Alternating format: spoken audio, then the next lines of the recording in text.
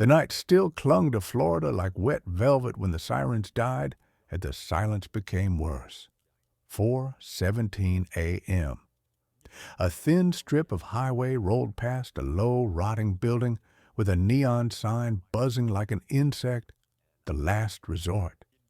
Inside, the air was thick with beer, sweat, and cigarette haze that never fully cleared, even at dawn.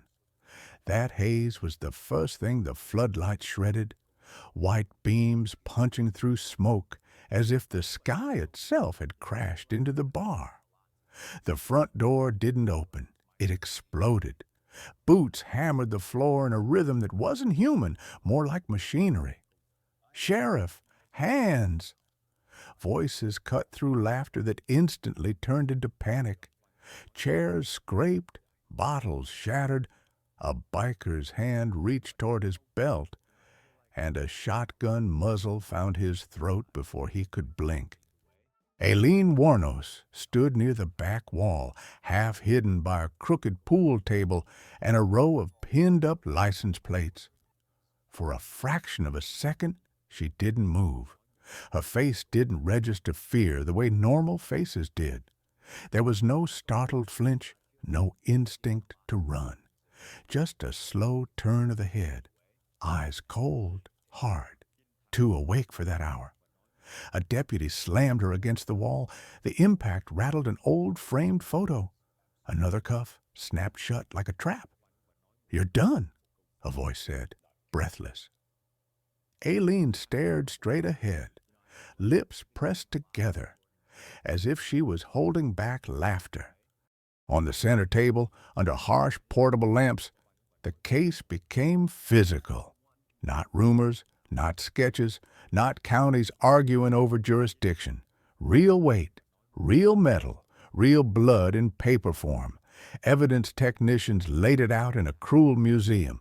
Pawn tickets folded and refolded until the creases turned greasy. Driver's licenses with men's faces frozen in harmless smiles. Wallets, each tagged with a number. Watches stopped at random times. Rings and chains thrown into plastic bags like scrap. A small pile of keys, different cuts, different teeth, looked like the teeth of strangers stolen from their mouths.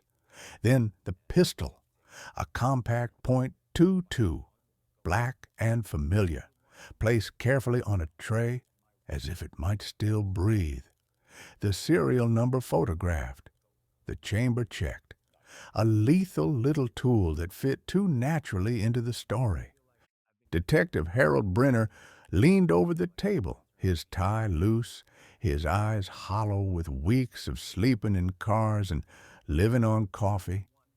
He didn't look at Aileen when he spoke. He looked at the objects, the numbers, the proof that refused to be ignored. His voice came out low, not theatrical, just final. "6 confirmed murders," he said, each word a nail. "One more missing. Death penalty eligible." Somewhere nearby, a deputy swallowed hard. Another officer's jaw tightened. The room felt smaller, as if the walls had edged closer to listen. Aileen didn't cry. She didn't plead. She didn't ask for Tyria or a lawyer or God. She tilted her head slightly and let a thin smirk crawl across her mouth, an expression that didn't belong in handcuffs. It belonged on a highway at midnight, under passing headlights, where strangers trusted the wrong shadow. Her eyes flicked once toward the table, then back to Brenner, like she was studying trophies she'd already memorized. Outside, dawn began to lighten the horizon. Inside, the air stayed cold. The last resort had been the end of the line for everyone else in that evidence pile, but for Aileen Wuornos, it looked like she believed it was just another exit ramp. It started as a whisper between counties, an isolated body and brush, a missing car, a dead man no one could explain. Late 1989, Florida's highways ran hot and endless, glowing under sodium lamps, swallowing hitchhikers, drifters, truckers, secrets. Then the pattern sharpened. One victim found off a service road with multiple gunshots. Another dumped deeper in pine scrub like trash. Vehicles surfaced abandoned miles away, wiped clean in places that mattered and sloppy in places that didn't. Men vanished after stopping near interstates, after offering a ride, after making one careless decision at a gas station where the fluorescent light made everyone look harmless. At first, the cases wore different masks: robbery, sex gone wrong, random violence. But the task force board in Volusia County began to fill with the same ugly geometry: middle-aged male victims, roadside contact points, stolen property drifting into pawn shops like dead leaves. Detectives circled the map with red marker, linking exits, rest areas, cheap motels, biker bars. The killer moved like a ghost with wheels, never staying in one jurisdiction long enough to be caught, never leaving a signature clean enough to claim.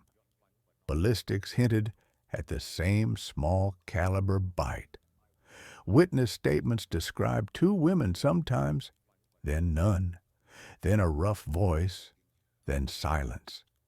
Every lead evaporated at the next county line. The media didn't know what to call it yet, but law enforcement felt it in their bones.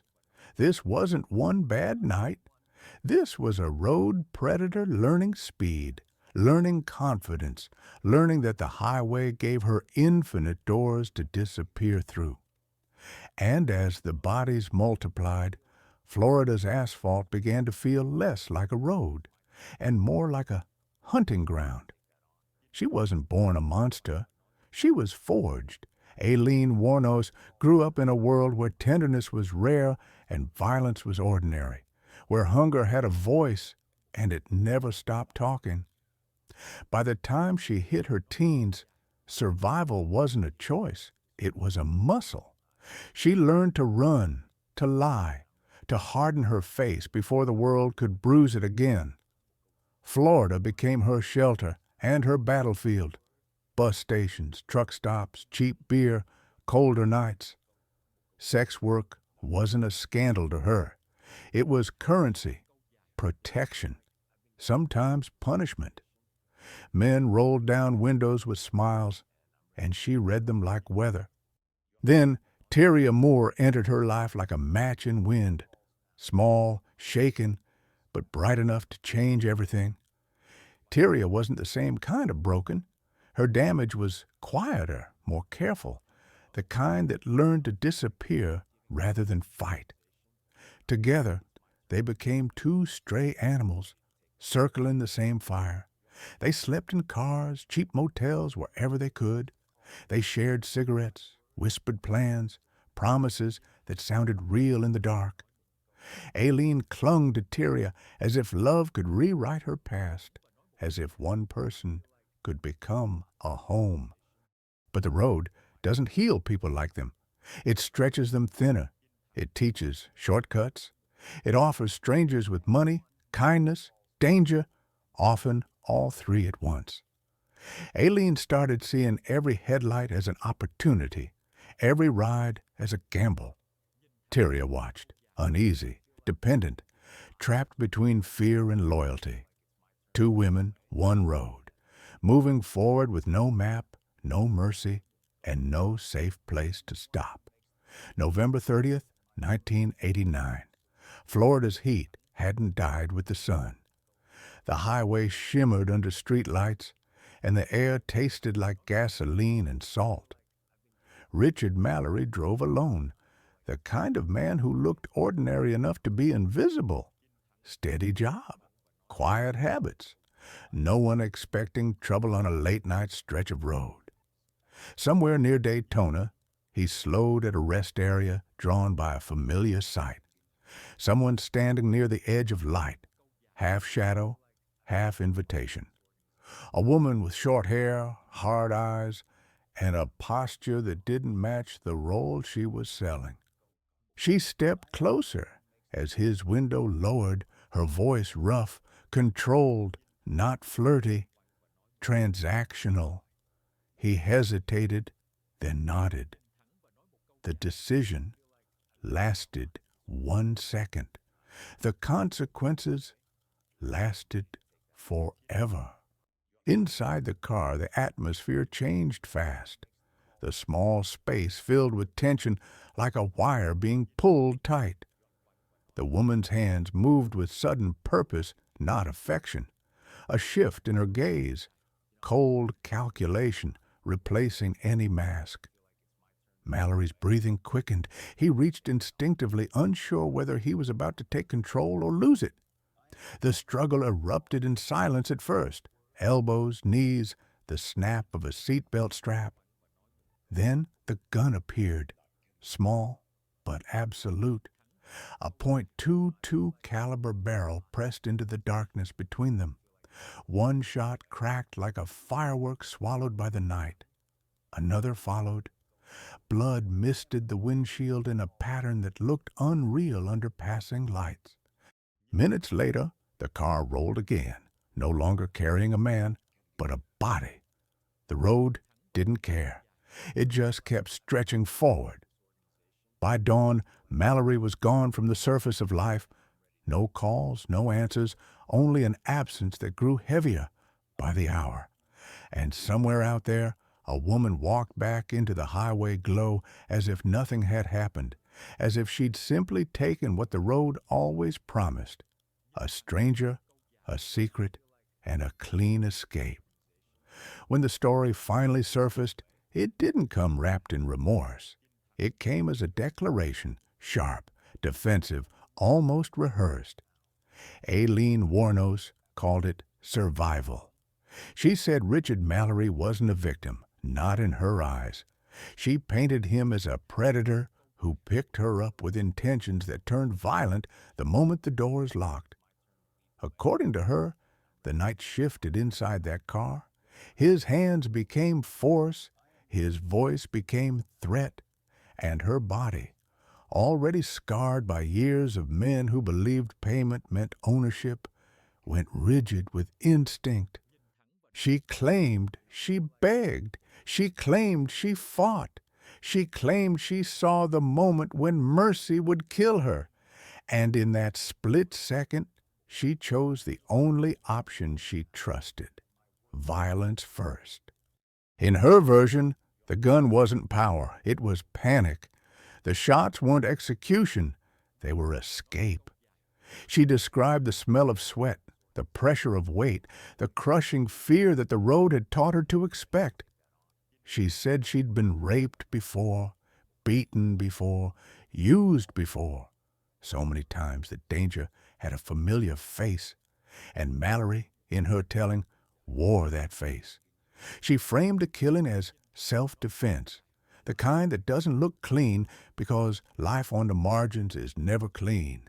No witnesses, no bruises documented in time, only her word against a dead man's silence.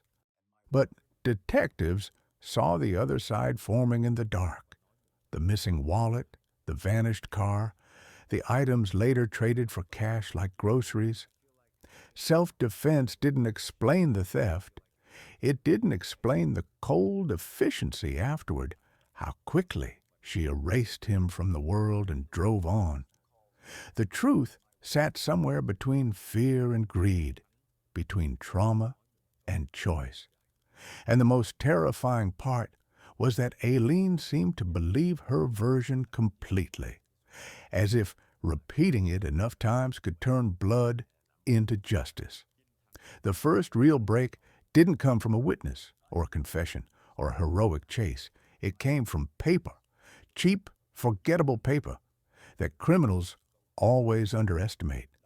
In a small pawn shop tucked behind a strip of neon and fast food, a clerk flipped through receipts the way he did every day, bored and half asleep, until one ticket made him pause. A woman had brought in men's jewelry, gold rings, a watch, a chain that looked too clean for someone living out of a car. She'd signed a name that didn't match her face, but the handwriting was steady, confident, almost careless. The clerk remembered her because she didn't smile, didn't flirt, didn't act nervous. She looked like someone who'd already decided nothing could touch her. Detectives arrived with the slow patience of predators. They didn't kick doors. They didn't shout. They asked for records. They photographed the ticket. They copied the signature. Then they did what murder investigations are built on: follow the trail that money leaves behind. The pawn ticket became a bridge between the dead and the living, a timestamp, a location, a transaction. It tied stolen property to a real body and a real timeline. From there, more pieces clicked into place. Additional pawn slips, different shops, the same pattern of quick cash after sudden death.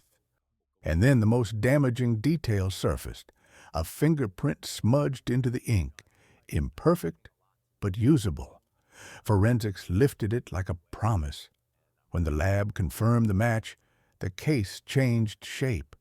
No longer a faceless highway killer, no longer a ghost drifting between exits.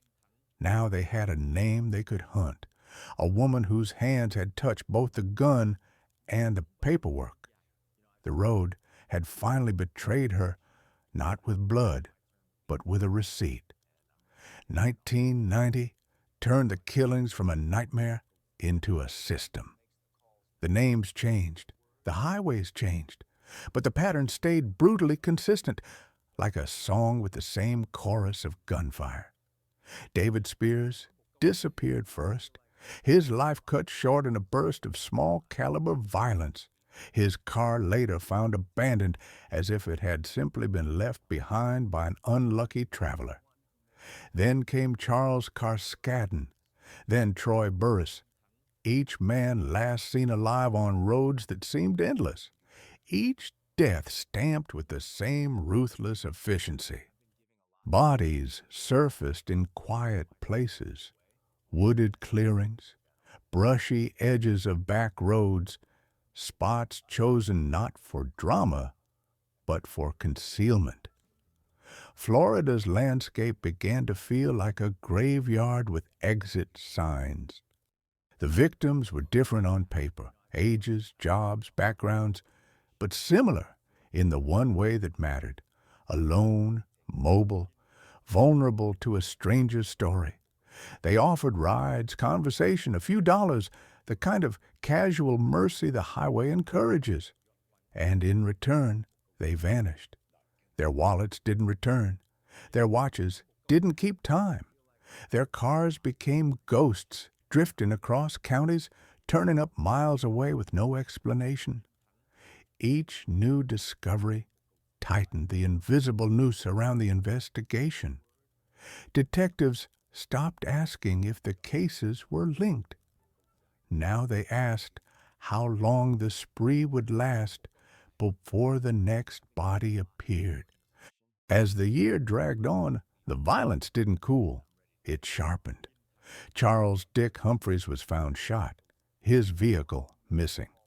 Walter Antonio followed, another man swallowed by the same dark machinery.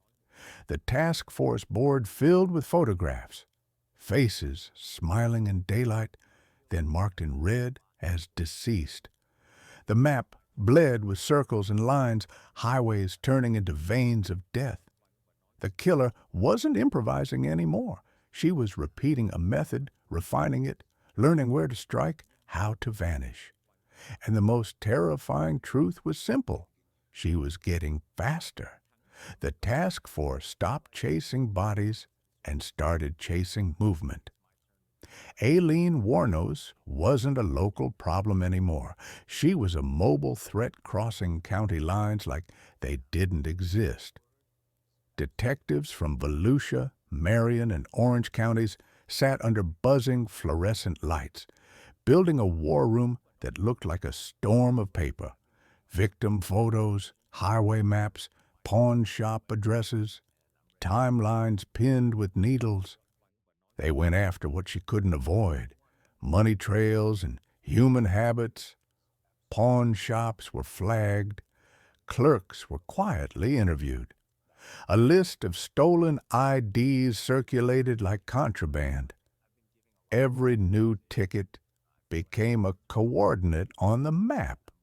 Surveillance teams rolled out in unmarked sedans, blending into traffic, learning patience that burned like acid.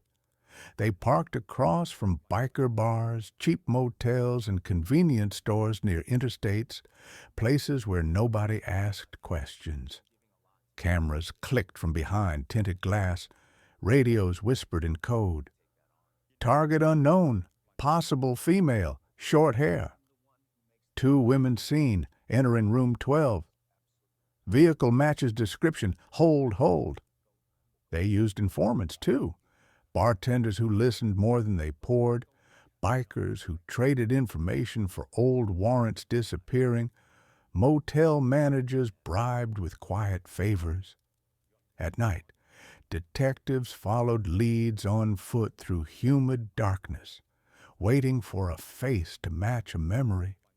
Wiretaps became the next weapon. Not glamorous, not instant, pages of legal paperwork, judges, signatures, a thin line of audio that mostly captured silence and lies. But within that static, patterns formed, recurring payphones, repeated calls, a woman's rough voice, and another woman's softer answers. Analysts logged everything, building a spiderweb of contacts and locations. The goal wasn't just arrest. It was proof strong enough to survive a death penalty courtroom. And slowly, the ghost began to take shape. Each tale, each recording, each pawn slip tightened the net. The highway killer was still moving, still hunting, but now, for the first time, law enforcement wasn't reacting. They were tracking her like a shadow that finally learned the weight of being watched. By mid-1990, Aileen lived in 2 worlds that never truly touched, yet fed each other like twin engines. In one, she was a rough drifter with a hard laugh, blending into biker bars and roadside motels. A woman who looked like she'd been chewed up by life and spat back onto the highway. In the other, she moved with the cold precision of someone who believed the road belonged to her. She learned what to say at gas stations, how to read men's eyes before they spoke, how to choose targets who wouldn't be missed quickly. Every ride became a stage, every mile a countdown. Tyria was the hinge between those worlds. She watched Aileen's mood swing from tenderness to predator in seconds. In the car at night, Aileen would joke, promise a future, talk about buying a small place somewhere quiet. Then hours later, she'd come back with blood on her hands that she tried to hide with cheap soap and cigarettes. Tyria learned not to ask too many questions, not because she didn't care, but because care was dangerous. Dependence made her silent. Love made her blind. Fear kept her breathing. Their relationship became a bunker, tight, suffocating, sealed from morality. To survive, Aileen perfected the art of appearing normal. She used fake names, swapped clothes, changed hairstyles, moved fast across counties. Stolen cars became temporary homes, abandoned when heat rose. She'd pawn jewelry under a calm face, then spend the money on motel rooms, beer, cigarettes, small comforts that made her feel in control. And in those rooms, she'd hold Tyria like a lifeline, whispering that nobody would ever take them apart, that the world owed them something after everything it had done. But the double life carries a debt. Every murder bought time, not freedom. Every theft left trace. Aileen began to believe she was smarter than the system, faster than the police, untouchable as long as she kept moving. That confidence wasn't strength. It was blindness. The highway had taught her how to disappear, but it never taught her the one truth that ends all predators. Sooner or later, someone follows the same road behind you. Peter Seams vanished the way highways swallow people, quietly, without witnesses, without a scream the world could hear. He was 65, a traveling salesman type, the kind of older man who'd driven so many miles that loneliness felt normal. In the summer of 1990, he was last known to be on Florida roads, moving between stops with nothing more dangerous than routine. Then he stopped answering. No calls, no check-ins, no arrival. Just a sudden silence that didn't match his habits. Days later, the only thing that surfaced was his car, abandoned, displaced, like an object tossed aside after being emptied. The interior looked disturbed in subtle ways, missing personal items, glove box rummaged, traces of hurried hands. But there was no body, no blood pool, no neat closure detectives could photograph and pin to their wallboard. That absence was worse than gore. A body could be measured, analyzed, proven. A missing man became a question with teeth. The task force read the scene like a warning. If Seams was tied to the same predator, it meant the killer had evolved. Dumping bodies had risks, discovery, ballistics, patterns visible to reporters. Vanishing a victim entirely was cleaner. It meant confidence. It meant control. And it meant the road had become a machine designed not just to kill, but to erase. For weeks, detectives searched wooded strips, drainage ditches, construction lots, anywhere a body might disappear beneath Florida dirt. Nothing. The missing man haunted every meeting, every map. His name stayed on the board without the final red stamp. No found, no location, no closure. Only a blank space where his fate should have been, like the highway itself had opened its mouth and refused to give him back. Independence Day, July 4th, 1990. Florida roads were packed with families chasing fireworks, drunk drivers chasing luck, and strangers chasing exits. That night, a wreck shattered the noise. A stolen vehicle clipped the edge of control, spun, and slammed into the roadside like a thrown weapon. Metal screamed. Glass burst. The driver bolted before patrol cars even arrived, leaving behind a scene that didn't fit any ordinary accident. The car was hot. Wrong plates, wrong ownership, wrong story. It looked like a vehicle that had been worn like a disguise and discarded the moment it cracked. When deputies canvassed the area, witnesses began talking, hesitant, uncertain at first, then sharper, as fear gave them courage. 2 women, they said, one rough and aggressive, the other quieter, watching the road like she expected trouble. One witness described the first woman's posture, not panicked, not confused, but angry, like the world had betrayed her by forcing her to crash. Another remembered the way she moved in the headlights, quick and practiced, as if escaping scenes was something she'd done before. Those details went straight to the task force board, circled in red marker. 2 women, stolen vehicle, highway corridor. It wasn't proof, but it was a shape, an outline detectives could finally grip. The crash did something the murders never did. It pulled the killer into public space. into a moment where civilians saw her edges. Patrol units ran the VIN, traced the vehicle's history, connected it to earlier theft reports and unsolved disappearances. It created paperwork, reports, radio logs, official footprints that couldn't be wiped clean with a wet rag. And for the first time, the highway ghost left behind something more damaging than a body, a mistake.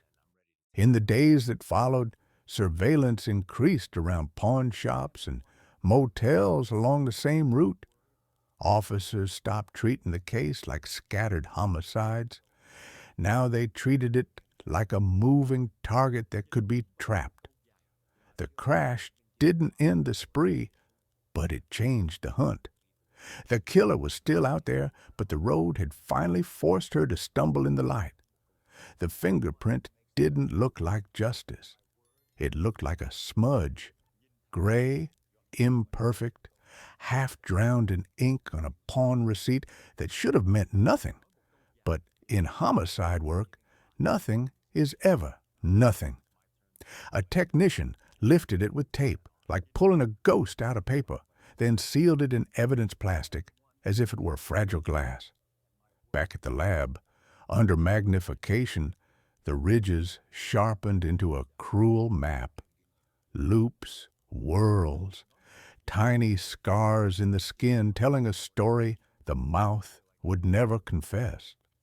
Detective Brenner watched the comparison process in silence, arms folded, jaw tight. The analyst rolled the print across the screen, aligning points one by one. The computer beeped, then flashed a hit, an identity attached to a criminal history, a file thick with instability and violence, Aileen Wuornos. The name landed in the room like a dropped weapon. Until that moment, the killer had been an outline on maps, a rumor riding exit ramps. Now, she was flesh, a woman with a record, a woman who could be found, watched, cornered. The task force moved fast. They pulled every known alias, every prior arrest photo, every address tied to her, even the ones that were nothing more than abandoned trailers and outdated motel registrations. Patrol units were briefed with a single sheet: her face, her height, her hair, her eyes. "If you see her," Brenner said, "you don't approach alone." Warrants began stacking like bricks. The case shifted from detective work into pursuit. Aileen never felt the handcuff click, but it had already happened. Not on her wrists, on her freedom. A fingerprint was the most unfair kind of evidence, silent, indisputable, immune to excuses. It didn't care about trauma, fear, or her version of the truth. It simply placed her hand on stolen property linked to dead men. And in that one smudged imprint, the highway ghost stopped being a mystery and became a target. By late 1990, the hunt stopped being slow and academic. It became a moving war on asphalt. Unmarked sedans rotated in shifts, engines idling outside pawn shops and motel lots, antennas hidden under fiberglass, cameras tucked behind tinted windows. Detectives ran plates at stoplights, tracked suspicious vehicles through intersections, and memorized the rhythm of Aileen's world. Gas stations near interstate ramps, cheap diners open all night, biker bars where nobody asked names. Every time a pawn ticket appeared, a team rolled out like a triggered trap. They followed leads at highway speed. A clerk would call in a rough woman trying to sell men's jewelry. Units would surge, lights off, radios whispering. Possible match heading southbound. Maintain distance. Do not spook. The surveillance tail became a discipline. 2 cars behind, then 3, leapfrogging at exits, swapping positions so the target never saw the same headlights twice. Sometimes they lost her in traffic and felt their stomachs drop like elevators. Sometimes they regained contact when a vehicle slowed near a motel, heartbeats rising as if they'd found a live wire. On several nights, the chase almost turned violent. A black sedan spotted a woman matching Aileen's build climbing out of a stolen car. The moment an officer opened his door, she snapped her head up like an animal sensing a predator. She moved fast, slammed into the driver's seat, tires screaming, cutting across lanes with no signal. Detectives hit the gas, weaving through traffic, watching brake lights bloom red in front of them like warnings. The radio crackled with command. Back off. Don't escalate into a shootout in public. But the chase didn't feel controlled. It felt like a fuse burning. Every mile tightened the pressure. Every near capture proved she was still out there, still moving, still believing the highway could save her. But now the highway was crowded with shadows, law enforcement ghosts riding the same road, waiting for her to make one mistake at full speed.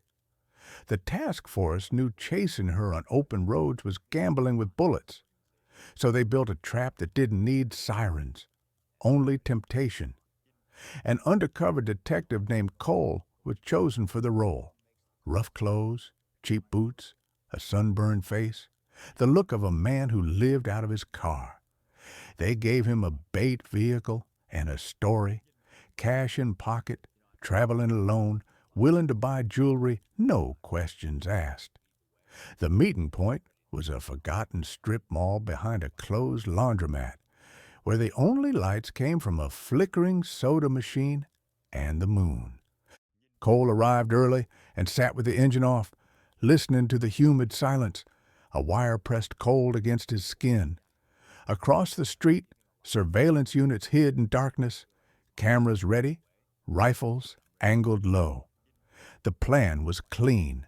Let her approach, confirm identity, signal, then collapse the perimeter in seconds. No chase, no public chaos, just a net snapping shut. Headlights appeared at the far end of the lot. A battered car rolled in slow, cautious circles like a shark testing water. Two figures inside, one driving, one watching. The passenger door opened and a woman stepped out. Short hair, rigid shoulders, a walk that carried anger instead of fear. She came closer, eyes locked on Cole with predatory focus. In her hand was a small bag, heavy enough to clink. Cole kept his breathing steady and smiled like he didn't care who she was. Then Aileen paused, just one beat too long. Her eyes slid past Cole, scanning shadows, counting vehicles that shouldn't be there. The air went tight. Her hand dropped toward a waistband. Cole felt the moment tipping into violence. "Easy," he said, voice calm. But she didn't soften. She stared like she could smell the trap. A radio whisper crackled, "Hold! Hold!" Aileen took one step back, then another, decision flashing behind her eyes. In the darkness, the entire operation hovered on a knife edge. Arrest her now and risk a gunfight, or let her walk and live to catch her clean later. Cole didn't move. He waited, heart pounding, as she turned and disappeared into the car, leaving the bait untouched, the lot empty, and every officer behind the perimeter sick with the same truth. She was smarter than she looked, and she was still hunting. After the undercover setup failed, the task force stopped treating Aileen Wuornos like a suspect and began treating her like a ticking bomb. The room where they briefed no longer had coffee cups and small talk, only clipped voices, maps, and a growing stack of paperwork that looked like a paper wall closing in. Warrants multiplied, theft, possession of stolen property, weapons violations, homicide attachments. Every signature from a judge felt like another link hammered onto a chain. Detectives hit pawn shops like checkpoints. They photographed every item that matched missing victims, logged serial numbers, copied receipts, and pulled security footage frame by frame.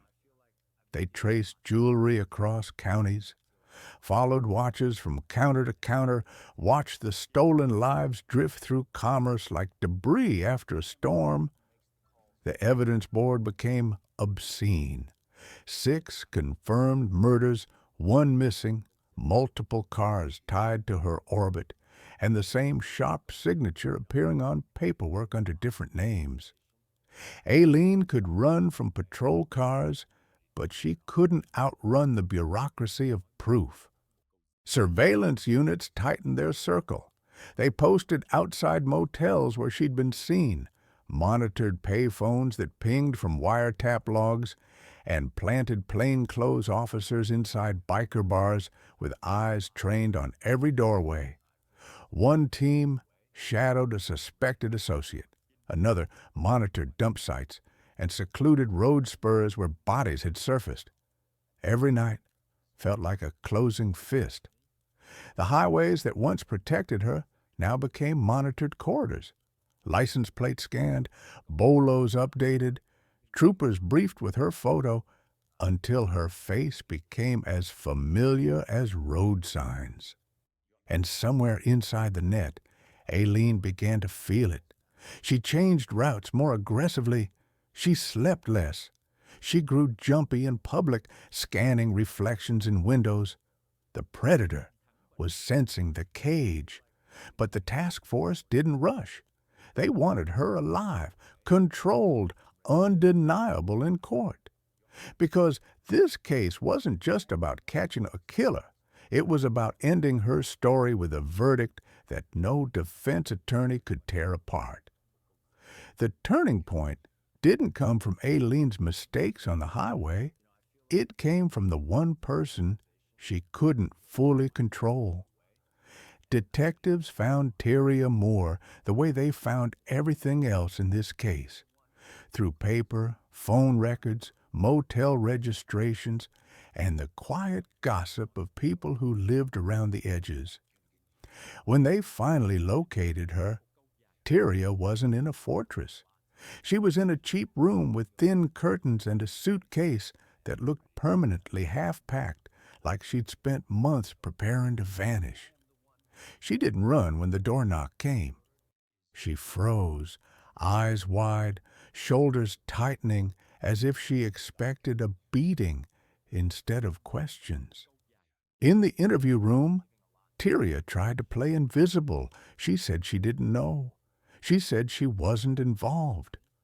Her voice shook in that careful way of someone who has lied for survival too long. But the detectives didn't storm her with rage. They gave her time, then slid evidence across the table like blades, pawn tickets signed in Aileen's orbit, stolen IDs, vehicle links, ballistics patterns, dates, locations. They didn't need her to confess. They only needed her to understand one truth. Aileen was going down, and Tyria could either fall with her or step away before the ground opened. The pressure wasn't loud. It was clinical. "You're not the shooter," Detective Brenner said, "but you're not a bystander either." He explained accessory charges, conspiracy, obstruction. He used words like life sentence and death penalty like they were ordinary nouns. Tyria's breathing turned shallow. Her hands trembled, and for the first time her mask cracked. Not into anger, but exhaustion. She looked like someone who had been holding a collapsing roof for too long. That day, loyalty began to rot. Tyria didn't suddenly become brave. She became terrified. She realized Aileen's love was a sinking ship, and the ocean didn't care what you promised each other in the dark. The task force watched the shift in her eyes. The moment fear outweighed devotion. It wasn't betrayal yet. It was the first fracture, and once it appeared, the entire case leaned toward it like gravity. The phone sat in the center of the interrogation room like a weapon. Tyria stared at it as if it could explode. A recorder was already running, red light glowing, a silent witness that would never forget. Detective Brenner slid the receiver toward her and spoke softly, almost gentle. "Just talk," he said. "Get her to tell you what she did. That's all." Tyria's throat tightened. Her hand shook as she lifted the phone and dialed the number they'd traced through pay phones and motel registers. Each ring felt like a countdown. When Aileen answered, her voice came rough, suspicious, already angry. Tyria forced warmth into her tone, the kind of softness she used to keep peace in motel rooms. "Baby, it's me." A pause. Aileen exhaled sharply, like she'd been waiting for this and dreading it at the same time. Tyria said she was scared, said the police were close, said she needed to know what to do. Then she asked the question like it was a confession disguised as love. "Tell me what happened. How many? Did you really have to do it?" Aileen didn't reply with tears. She replied with heat. Her words came quick, defensive, as if she was arguing with the world. She claimed self-defense, claimed men tried to hurt her, claimed she had no choice. But the more she spoke, the more details spilled. Names, locations, a pattern of events that sounded too practiced to be panic. She talked about cars, about money, about taking what was owed. Tyria kept her voice steady, guiding her deeper with small prompts, pretending it was comfort. "I just need to hear it from you," she whispered. "I need to know the truth." On the other side of the glass, detectives leaned forward, listening like hunters, hearing footsteps in the dark. Every sentence locked another door. Aileen's tone shifted, rage turning into exhaustion, exhaustion into something close to pride. She wasn't confessing to police. She was confessing to the only person she trusted, believing the call was private, believing Tyria was still hers. When the call ended, Tyria's eyes filled, but she didn't cry. She placed the receiver down slowly, like setting down a piece of her soul. The recorder kept spinning. In that small room, a relationship collapsed into evidence. And the task force finally held what they needed. Aileen Wuornos, caught not by handcuffs, but by her own voice. After the phone call, Aileen wasn't just a suspect anymore. She was exposed. The mask of a desperate woman defending herself began to slip, and what stared back at the investigators was colder, sharper, more deliberate. In the days that followed, the task force played the tape again and again, isolating phrases, logging details, building timelines from her own words. Her claims of self-defense still clung to the story, but now they sounded like armor, not truth. The deeper she talked, the more control leaked through. The way she chose targets, the way she handled stolen property, the way she spoke about death with the same casual tone others used for traffic. Aileen realized too late what had happened. Once she sensed Tyria had been compromised, her paranoia ignited.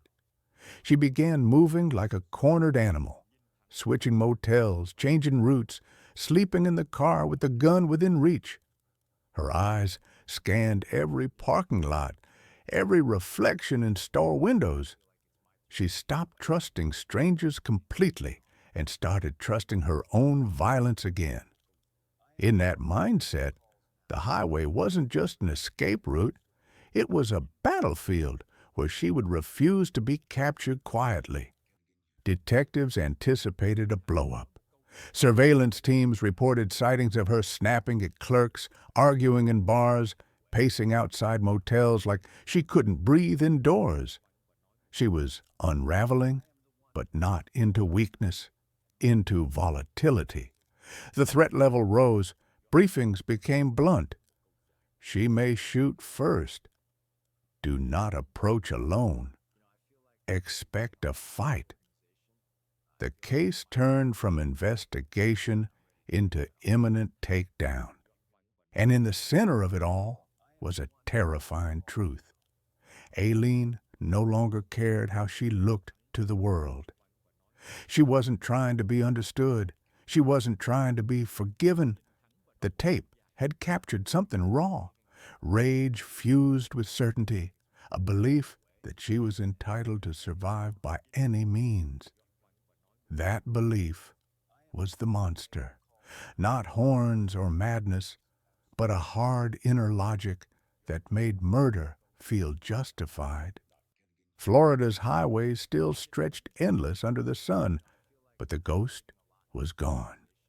Now there was only a woman with a gun, a collapsing world, and a task force closing in, knowing the next encounter could end in blood. The interrogation room was built to erase time.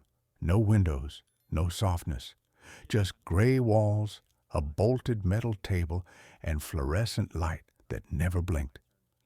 When Aileen Wuornos was brought in, the air seemed to tighten around her like a second set of cuffs. She sat down without hesitation, shoulders squared, eyes forward, an inmate posture already perfected. The detectives expected shaking hands, tears, bargaining. They got something else, a stare that dared them to try. Detective Brenner opened the folder slowly, letting the paper sound fill the silence. Photographs slid across the table, victims' faces, recovered cars, pawn slips, ballistic charts. Aileen didn't flinch. She barely glanced. Her calm wasn't peace.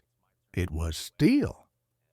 "You're framing me," she said, voice flat, as if she'd rehearsed it in motel mirrors.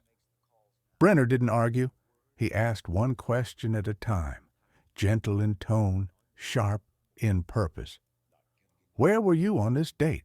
Who did you call? Why do you have his ID?" Aileen answered like she was negotiating, not confessing. She offered fragments of truth, then buried them under anger. She leaned into the self-defense story, painting every victim as a predator. When Brenner pushed back, her eyes hardened. "You don't know what men do out there," she snapped, knuckles whitening against the table edge. Then she smirked again, small, cruel, almost amused. The room felt colder with that expression, like she enjoyed the tension. Brenner watched her carefully. He wasn't just hearing words. He was measuring control. Aileen didn't crumble. She attempted to steer the narrative, to bend reality with force of personality, to turn the detectives into villains and herself into survivor. But beneath the performance, cracks appeared, sudden anger spikes, rapid breathing, impatience when questions hit close. The cold room wasn't meant to comfort her. It was meant to trap her. And for the first time in months, Aileen Wuornos couldn't drive away. The evidence didn't arrive as one dramatic reveal. It arrived like a flood.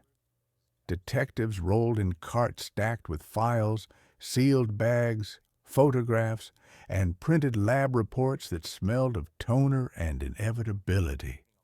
The wall across from Aileen became a battlefield map. 6 victim portraits in a row, each one pinned beside a timeline, a location, and a recovered item.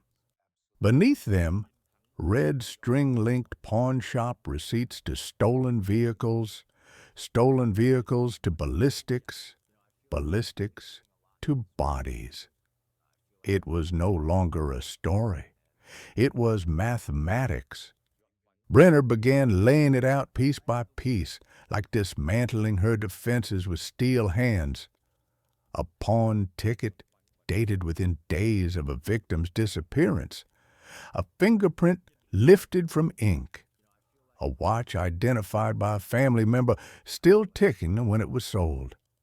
A driver's license found in a wallet that never belonged to her. Then ballistics, cold, surgical science. The same .22 caliber signature across multiple crime scenes. The same bite pattern of death. Each report landed on the table with a dull slap that sounded like a door locking. Aileen's face tightened. Her eyes flicked faster now, reading dates, numbers, counties. The confidence in her posture started to stiffen into something else, calculation under pressure. She tried to laugh it off, called it coincidence, called it planted. But the pile kept growing. Video stills from pawn shops, witness descriptions, motel logs, phone records showing movement like a shadow across Florida. The room filled with facts until there was barely air left for denial. Brenner leaned in and lowered his voice. "This isn't one mistake," he said. "This is a pattern, and the pattern has your name on it." For the first time, Aileen stopped smirking. The evidence wasn't accusing her anymore. It was burying her alive. The next phase wasn't about guns or pawn slips. It was about breaking the story inside her head. Brenner changed tactics. Less accusation, more precision. He stopped saying murder and started saying choice. He pushed her into details where lies collapse. Which exit ramp, which motel, which hand held the gun. Aileen tried to keep control by turning every question into a fight. She spat out the same defense. Men attacked her, men deserved it, men forced her hand. She used trauma like armor, stacking past violence between herself and accountability. But the room was designed for pressure. Hours passed under harsh light, silence stretching until it felt like drowning. When she refused to answer, Brenner let the quiet sit there, heavy and humiliating. Then he struck with empathy, dangerous empathy. "Tell me what happened to you," he said, voice low. Aileen's jaw clenched. Her eyes flashed with rage, then something softer that vanished instantly. For a second, the survivor appeared, frightened, cornered, exhausted. Then the predator returned. She leaned forward and hissed, "You don't get to judge me." That was the psychological war, to separate fear from excuse, pain from permission. Brenner offered her the illusion of control, small victories, a cigarette break, a chance to explain, while quietly tightening the rope. Every time she admitted a detail, even a small one, he locked it into the timeline and circled it with evidence. Aileen realized the trap too late. She became volatile, shouting, laughing, threatening, then suddenly calm again, like her mind was switching masks to find one that worked. In the end, the room didn't defeat her with force. It defeated her with inevitability.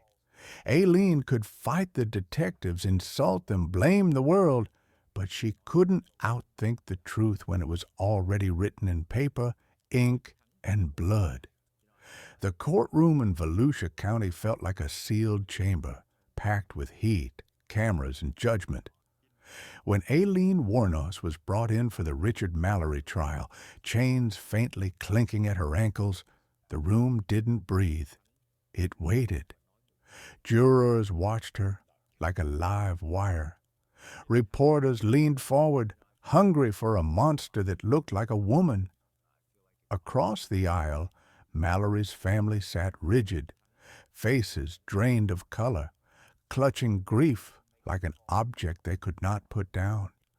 The prosecution built its case like a slow execution. They walked the jury through November 30th, 1989, Mallory's last known movements, the discovery of his abandoned vehicle, the body in the woods, the bullet wounds consistent with a .22 caliber weapon. Then came the transactional trail, pawn slips, stolen property, the logic of robbery disguised as chaos. Evidence photographs flashed on a screen, clinical, brutal. Aileen stared at them without blinking, jaw set, eyes daring the room to flinch first. Her defense tried to turn the narrative into self-defense, into survival, into a woman fighting back against assault. But every claim collided with hard facts, missing valuables, stolen car use, the speed at which she turned death into cash. The prosecutor's voice stayed calm as he said the words that turned the room colder. This was not fear, this was profit. Aileen leaned back and smirked once, as if she refused to be diminished by anyone's moral outrage. By the end of the week, the trial wasn't just about Mallory anymore. It became a referendum on who Aileen was, victim, predator, or both. And as the jury listened, the weight of Florida's highways seemed to press into the courthouse itself, demanding an answer. The verdict came down like a door slamming shut. Guilty. The word echoed through the courtroom, then sank into silence so deep it felt physical. Aileen Wuornos didn't collapse. She didn't whisper a prayer. She stared at the jurors as if memorizing their faces for revenge she could never reach. The judge's voice followed, steady and formal, reading the legal language that turned her life into procedure. The state had proven murder in the Richard Mallory case, and Florida was not interested in mercy. The penalty phase was colder than the trial. Prosecutors described her as a predator who used the highway as a killing ground, then used stolen property as income. They spoke of planning, of escalation, of a pattern that endangered every traveler on the road. Defense attorneys tried to pull her childhood into the light. Abuse, abandonment, survival by violence, arguing she was built by cruelty long before she ever fired a gun. But the jury's eyes were fixed on the bodies, not the biography. When the judge announced the sentence, death, the air in the room tightened. Mallory's family held each other like they might fall apart. Reporters scribbled as if history had just signed itself.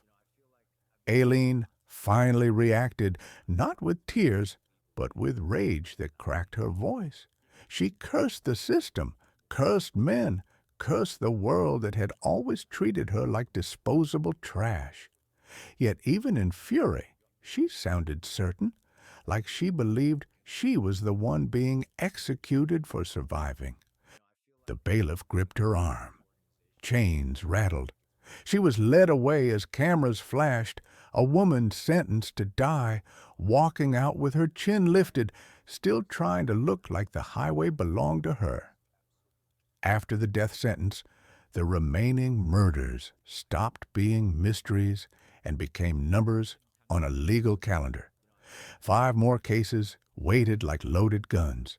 Spears, Carskadden, Burris, Humphreys, Antonio, each file thick with evidence, each jury another step toward final extinction. Prosecutors wanted full trials, public reckoning, every detail spoken aloud. But Aileen's defense knew the math. One conviction had already sealed her fate. 5 more trials would only stack bodies in the courtroom and carve her name deeper into infamy. So the strategy shifted. In a series of hearings, Aileen entered pleas, no contest, guilty, admissions delivered without emotion, like paperwork being signed. The courtroom atmosphere changed from dramatic to clinical. Victims' families watched with hollow eyes as the woman who ended their loved ones' lives stood there, not trembling, not apologizing, simply agreeing to the facts as if they were weather. Each plea was another door closing, another sentence layered onto an already dead future. Yet, behind the legal efficiency, a darker tension grew. Aileen's public stance still clung to self-defense, still tried to rewrite murder into survival. She told anyone who would listen that men attacked her, that she fought back, that the system hated her for being poor and female and angry. But the pleas undercut the story. They turned her claims into noise against official record. In the eyes of the state, she wasn't a victim who snapped. She was a serial killer who escalated. By the time the final plea was accepted, the courtroom felt drained. No surprise remained, only closure shaped like a sentence. Aileen was marched back in chains, and Florida moved forward, preparing the final stage. The highway ghost was gone. What remained was an inmate number, a death warrant, and a row of grieving families who would never see the road the same way again. Death row reduced her world to metal and minutes. Aileen Wuornos woke to the same fluorescent glare, the same clang of doors, the same stale air that tasted like bleach and rust. The cell was narrow enough to feel like a coffin standing upright. Steel bunk, thin mattress, a toilet that never stopped whispering.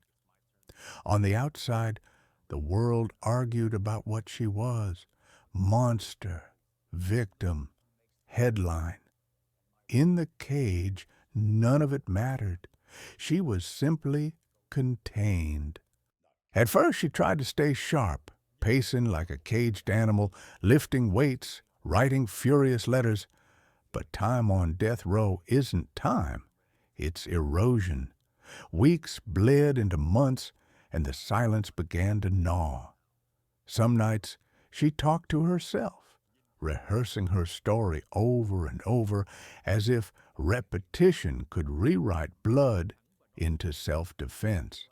Other nights, she stared at the wall for hours, jaw clenched, eyes dry, refusing to give the prison the satisfaction of watching her break. Paranoia grew like mold in the corners of her mind. She accused guards of plotting, claimed doctors were poisoning her, insisted the system wanted her dead, not for murder, but for what she represented. Her anger burned hot, then went cold without warning. Faith came and went like weather. One day, Bible verses, the next day, curses. The interviews she gave were jagged, contradictory, swinging between certainty and collapse. She sounded like a woman fighting an invisible war, still convinced she could win by force of will. But the cage doesn't negotiate, it simply waits. Each appeal denied tightened the air. Each date scheduled felt like a nail driven deeper. And behind the rage, behind the noise, there was a quieter truth she never said out loud. The road had once given her motion, choices, exits. Death row offered none. Only one final door, locked, patient, inevitable. Outside the prison walls, her name turned into a commodity. Producers, journalists, and documentary crews circled the case like vultures around heat, each one hunting a new angle, a new quote, a new image of evil that could fit inside a headline. Florida's highways had created the legend, but the media inflated it into mythology. The female highway predator, America's most notorious woman on death row, a face that could sell fear with a single photograph. Newspapers printed her eyes in black and white. TV hosts spoke her name with theatrical pauses. Viewers watched from safe living rooms while families of the dead kept living inside the aftermath. Interviews became a second trial, one that never ended. Aileen's voice, recorded through prison phones and guarded conversations, spilled into the public like gasoline. Some nights, she sounded furious, calling herself a warrior who fought back. Other nights, she sounded hollow, unraveling into paranoia, claiming conspiracies, claiming she was being erased for what she knew. Every contradiction fed the storm. Every outburst became a clip. The world didn't need clarity. It needed spectacle. But the storm didn't only create monsters. It created debates. Advocates pointed to her childhood, her trauma, the violence she endured, asking if society had helped build the weapon it later condemned. Critics answered with the bodies, with the stolen property, with the pattern that looked too calculated to excuse. Talk shows argued morality like entertainment. Commentators used her life as a mirror for their own beliefs about justice, about women, about poverty, about punishment. In the center of it all, Aileen became less human and more symbol, a serial killer and a survivor, a villain and a warning. And as the cameras kept rolling, one brutal truth stayed untouched. Fame couldn't resurrect the victims, and headlines couldn't change what waited at the end of her appeals. As execution drew closer, something in Aileen shifted, not into peace, but into a harder kind of certainty. The rage that once kept her loud began to burn down into bitterness, and bitterness into a cold acceptance that looked almost like confidence. She stopped talking like a woman begging to be understood and started talking like a woman giving orders to history. In phone calls and interviews, she dismissed appeals, mocked the process, and spoke about death as if it were simply another exit ramp she could choose on her own terms. Her statements grew stranger, sharper. One day she claimed the system was poisoning her mind. Another day she claimed she'd been used by forces she couldn't name. She spoke about conspiracies, about unseen enemies, about the world wanting her erased. The public heard madness. Investigators heard something else, a person cornered for so long that reality had splintered, leaving only fragments that could still protect her pride. If she couldn't win freedom, she would win control of the narrative, even if the narrative was built from smoke. In prison, guards noticed the change. She slept less, she paced less, she stared more. Some nights, she wrote letters with manic intensity, words spilling like blood. Other nights, she sat perfectly still, jaw clenched, eyes locked on nothing. The woman who once lived by movement had become a statue of tension, waiting for the final day while pretending she wasn't afraid. And beneath the noise of her last interviews, the truth blurred further. Was she still clinging to self-defense? Was she confessing? Was she rewriting her past so she could face death without shame? No one could fully tell anymore. Death row doesn't just punish the body, it distorts the mind. By the time the final date was confirmed, Aileen Wuornos sounded less like a defendant and more like a storm talking to itself. Violent, exhausted, and determined to leave the world believing whatever story hurt the most. October 9th, 2002 arrived without drama, just procedure. Before sunrise, the prison moved like a machine warming up. Doors opening in sequence, radios whispering, boots tapping down sterile corridors. Aileen Wuornos was awakened and told the words she had heard in her nightmares for years. Today, the final day. She didn't scream. She didn't collapse. She sat up slowly, eyes already open, as if she had been waiting in a half-sleep for the moment to come and finally end the waiting. Guards escorted her through fluorescent hallways that smelled of bleach and metal. The air was cold, not from weather, but from design. Everything meant to feel clean, controlled, inevitable. She passed doors she would never pass again. A chaplain offered prayers. She listened with a face carved from stone. Paperwork was checked. Witness lists confirmed. The process didn't treat her as human or monster, only as a scheduled event. In the execution chamber, straps waited on the gurney like a silent net. Aileen lay down and allowed her wrists and ankles to be secured. The leather tightened. Her breathing stayed steady, almost defiant. Behind glass, witnesses watched.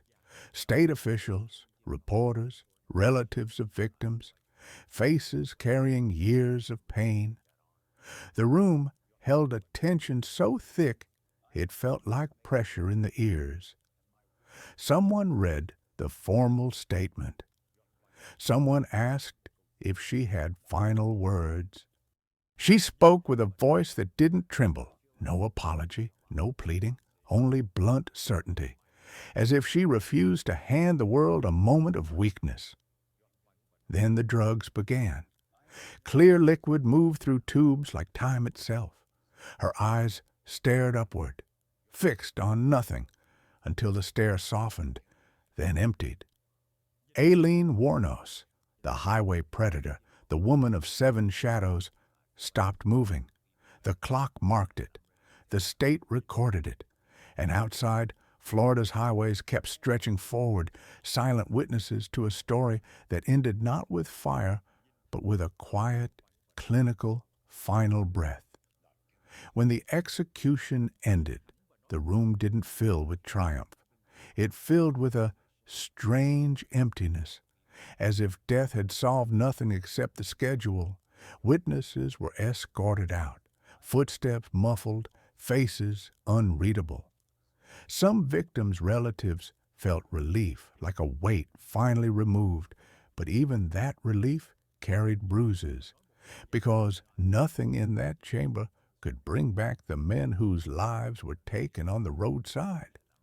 The state had ended Aileen Wuornos, but the echoes of her crime still traveled the highways like ghost headlights in the distance. In police files, the victims became more than case numbers again. Richard Mallory, David Spears, Charles Carskadden, Troy Burris, Charles Humphreys, Walter Antonio, names read aloud in cold rooms, names written on evidence tags, names spoken in court until they sounded worn. Their families carried the long aftermath, anniversaries that hurt, empty chairs, questions that never found peace. Aileen's death didn't erase that. It only sealed the story with an official stamp. For detectives, the case left a scar of its own. They remembered the crime scenes, the humid woods, the abandoned cars, the smell of gunpowder trapped in fabric.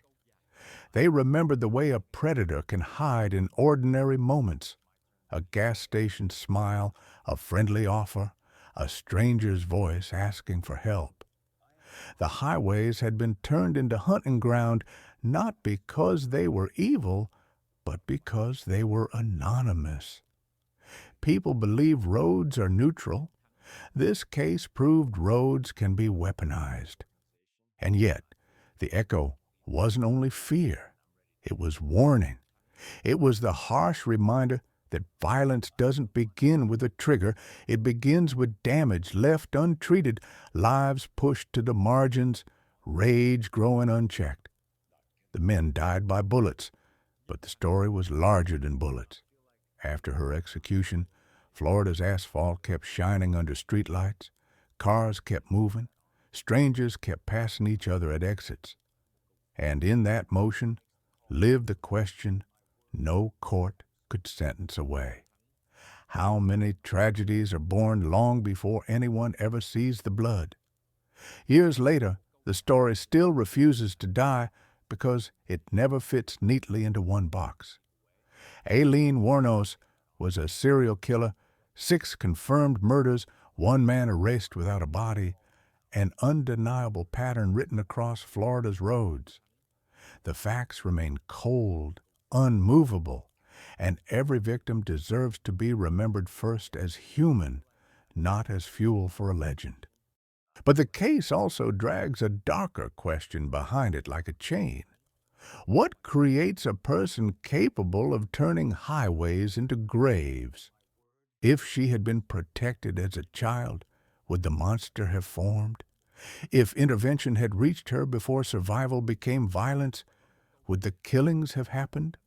Or was the brutality inside her always waiting, regardless of circumstance? The answers matter because they shape what society chooses to ignore. It's easy to condemn evil after it erupts. It's harder to notice the slow erosion that produces it: poverty, abuse, isolation, addiction, the invisible wars people fight before they ever appear in a police report. Justice, in this case, arrived as punishment. The state captured her, proved its case, sentenced her, executed her. Law did its job. But justice does not repair what violence destroys. It cannot restore the dead or erase the trauma of families who spent years hearing their loved ones' names spoken beside autopsy photos. It cannot undo the fear carried by strangers who now glance twice at anyone standing near a rest stop in the dark. So the final lesson isn't admiration or myth, it is caution. The road does not forgive. The law does not forget. And every choice, every ride offered, every boundary crossed, every violent act justified builds a path that eventually ends in one place. When society fails to protect the vulnerable, and when the vulnerable choose violence as identity, who bears the first blame? And when the last breath is recorded and the file is closed, what remains is still the same question. Quiet, heavy, impossible to escape. Where does responsibility truly begin?